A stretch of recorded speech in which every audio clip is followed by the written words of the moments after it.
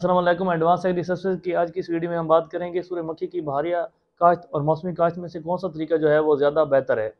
تو پہلے ہم بات کر لیتے ہیں اس کی بہاریہ کاشت پہ۔ تو اگر ہم جنوبی پنجاب سے اس کی وسطی پنجاب تک کاشت کو دیکھیں تو یہ جنوری کے آخری 10 دن سے لے کے تقریباً فروری کے آخری 10 دن جو ہیں تب تک یہ جاری رہتی ہے۔ جبکہ شمالی پنجاب کی اگر ہم بات کریں تو اس میں فروری کا پورا مہینہ، جبکہ مارچ کے پہلے 10 دن جو ہیں تب تک اس کی کاشت جو ہے وہ جاری رہتی ہے۔ لیکن اس تمام تر عرصے میں اگر ہم بات کریں کہ اس کے لیے سب سے سوٹیبل جو اس کے لیے دن ہے تو جو 15 سے 20 فروری ہے، اس کے لگ بھگ جو کاشت کا ٹائم ہے وہ سب سے زیادہ جو مناسب وقت ہے وہ وہی ہے۔ اس دوران جو کاشت کی جاتی ہے اس کی پیداوار جو ہے باقی سب جو دن ہیں ان سے زیادہ ہوتی ہے، کیونکہ ایک تو ان دنوں تک جو کور ہے وہ مکمل طور پہ ختم ہو چکا ہوتا ہے، کیونکہ کبھی کبھی جنوری کے آخری 10 دن یا فروری کے پہلے ہفتے میں کورا جو ہے کبھی کبھی پڑ جاتا ہے، جس کی وجہ سے جو اس کی جرمینیشن ہے وہ متاثر ہو سکتی ہے۔ لیکن 15-20 فروری کے لگ بھگ جب یہ کاشت کیا جاتا ہے تو پھر اس کی جو جرمینیشن ہے وہ بہت پرفیکٹ ہوتی ہے۔ اچھا، اس کے بعد جب ان دنوں میں جو کاشت کیا جائے گا وہ جو ہے اس کا دانہ جو ہے اس کے پھول کے اندر بنے گا وہ تقریباً جو مئی جون کی ہیٹ ویو ہے اس سے پہلے بن جائے گی، اس وجہ سے وہ جو گرمی کی لہر ہے اس سے وہ متاثر نہیں ہوگا۔ جبکہ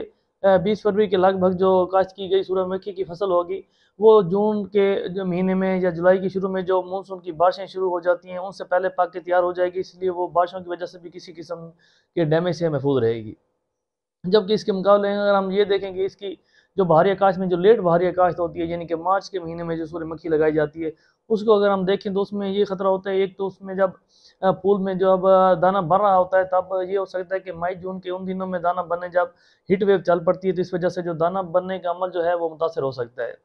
جبکہ یہ جو فصل ہوگی مارچ میں کاشت کردہ، اس کے پکنے کا ٹائم تقریباً مونسون کی بارشوں میں پڑ جائے گا، تو اس ٹائم اس کی کٹائی تھریشنگ کے ٹائم بھی اس میں کافی زیادہ جو ہے ہماری پیداواری نقصان جو ہے وہ ہمیں اس کا سامنا ہو سکتا ہے۔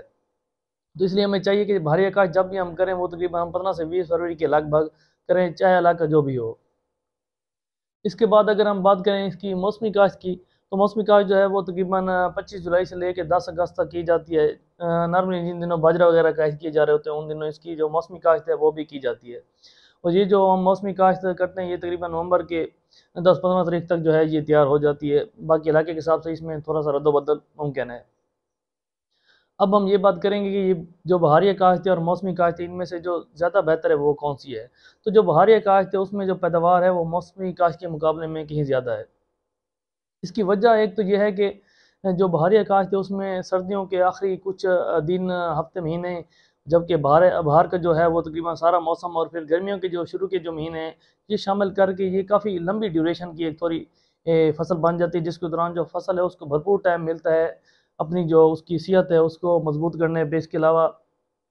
اس کے کافی چوڑے پتے ہوتے ہیں، پتوں میں اس کی جو خوراک کی مقدار ہے وہ موسمی کاشت کے مقابلے میں اس کو زیادہ بھر لینے کا موقع ملتا ہے، تو اس طرح سے اس کی جو پیداوار ہے وہ کافی مناسب رہتی ہے۔ اس کے علاوہ جو بہار کے موسم میں آب و ہوا ہے وہ بھی اس فصل پہ ایک اس طرح کا سازگار جو اثر ہے وہ ڈالتی ہے، جس سے اس کی جو پیداوار ہے وہ کافی بڑھ جاتی ہے۔ جبکہ اس کے مقابلے میں جو موسمی کاشت ہے اس کی جو اس بہاریہ کاشت ہے اس کے مقابلے میں تھوڑی سی نسبتاً ڈیوریشن جو ہے وہ تھوڑی شارٹ ہے، جس کی وجہ سے اس میں اتنی زیادہ خوراک تیار نہیں ہوتی کہ وہ بہاریہ جتنی پیداوار دے سکے۔ اس کے علاوہ جو موسم خریف ہے اس میں آب و ہوا کافی حد تک اس کی کاشت کے لیے بہت مناسب ہوتی ہے، لیکن پھر بھی بہاریہ